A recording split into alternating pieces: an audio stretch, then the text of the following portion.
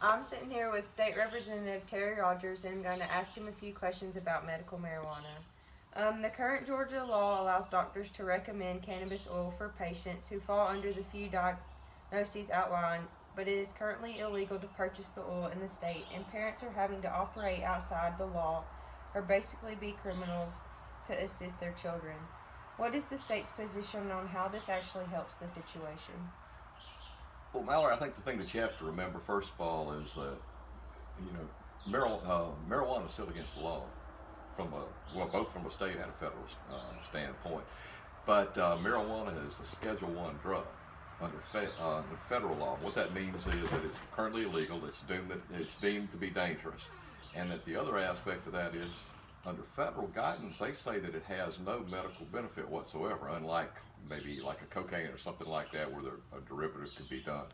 Um, from our standpoint, 2 years ago, I think it was when we passed the first one, HB1, it was sort of to get the foot in the door to make certain that some kids were helped.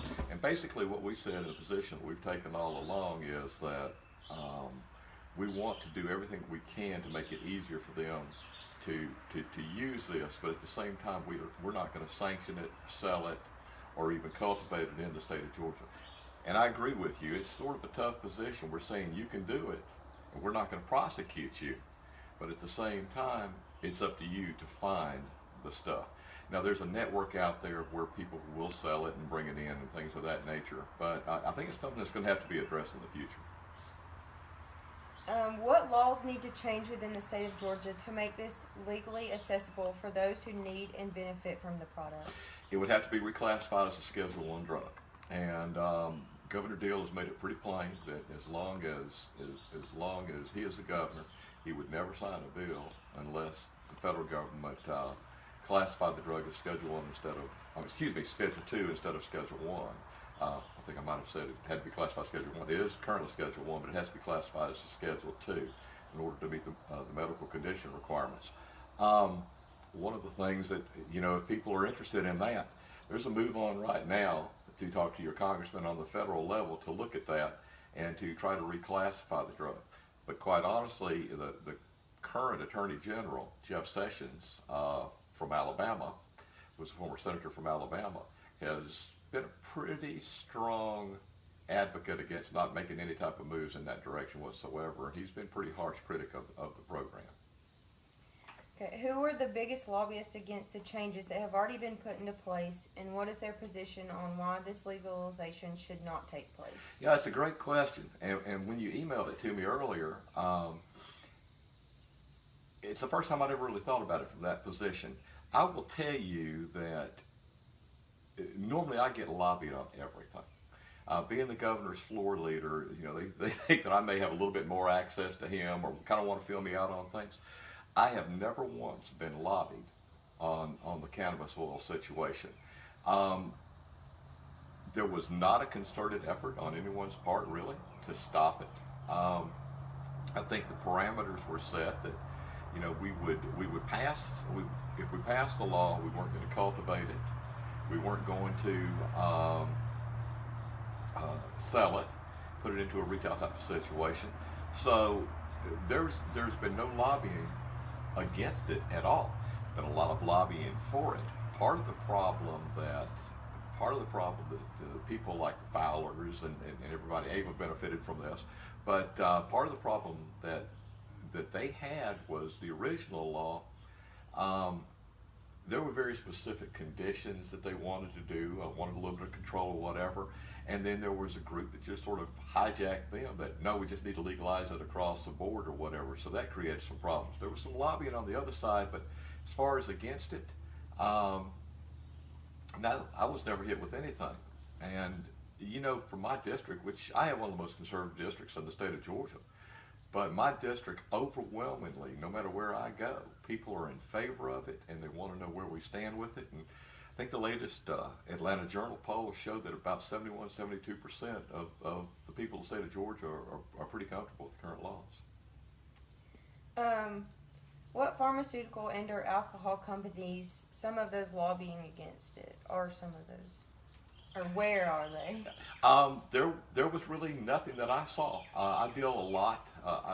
I'm on Regulated Industries, which controls a lot of this. It's a committee that controls a lot of this, and I never really got much of anything. Now I will tell you that I talked with a couple of groups that actually became the cultivators and the distributors. Of course, they were pushing for that. One of which just got the contract for the state of Texas, because Texas is allowing them to cultivate on a very, very small level. But as far as pharmaceutical companies or anybody like that against it, didn't get any of that at all. Has there been discussion, and if so, what decisions have been made as to the future when the children who use the cannabis oil become functioning adults but still need the drug daily? How will they apply for jobs, especially when a drug test is involved? Yeah, that's a good question. Normally what happens is if you're going to take a drug test in a company or for any type of interview or this or that or whatever, you'll do a questionnaire beforehand. And they'll allow you to say, I had knee surgery, I'm taking OxyContin, there's liable to be some traces of opioid show up in my system or whatever. I think that it's addressed the same way right there. It's not just the kids when they grow up to be adults. There's adults that are taking, the medical cannabis oil too, and they're going to have to go in there with their employer and say, hey, I'm suffering from Parkinson's disease, and they just approved that, and I'm on cannabis oil. So when we have the screenings, it's liable to show up. Now, something that I think that it's important to remember is that there are legal limits that are set for the cannabis oil. The most you can have is 20 ounces of it, and then the other thing is cannabis oil to be legal in the state of Georgia can't be over 5% THC. And THC is the product in marijuana that actually gives you the high feeling. It's kind of a funny situation, but the way they discovered this was that a lot of people were feeling better, but they weren't getting the highness out of some marijuana, and they found it had lower levels of THC, and that's how they kind of did some research and found this. The nickname for the cannabis oil, anything with less than 5% THC, is hippie's disappointment. So, it's not getting them high at all. Can you share with me how you voted on both bills that have passed and what your stance is on the subject of both the use for medical purposes and the cultivation? Yeah, I voted yes on both bills. As far as usage for medical purposes, I'm okay. One of the things that people don't realize is that, believe it or not, marijuana has been legal in Georgia for medical purposes for a number of years. I think going back about 30 years ago, they found out that marijuana could improve some people with glaucoma. And they went ahead and legalized it then. It was never exercised or used. But from a medical standpoint, yeah, I'm okay with it. I would adamantly oppose seeing us go somewhere like Colorado where anybody and everybody can get it by saying, oh, my back hurts or whatever. I'd be opposed to that. The cultivation and the sale of it,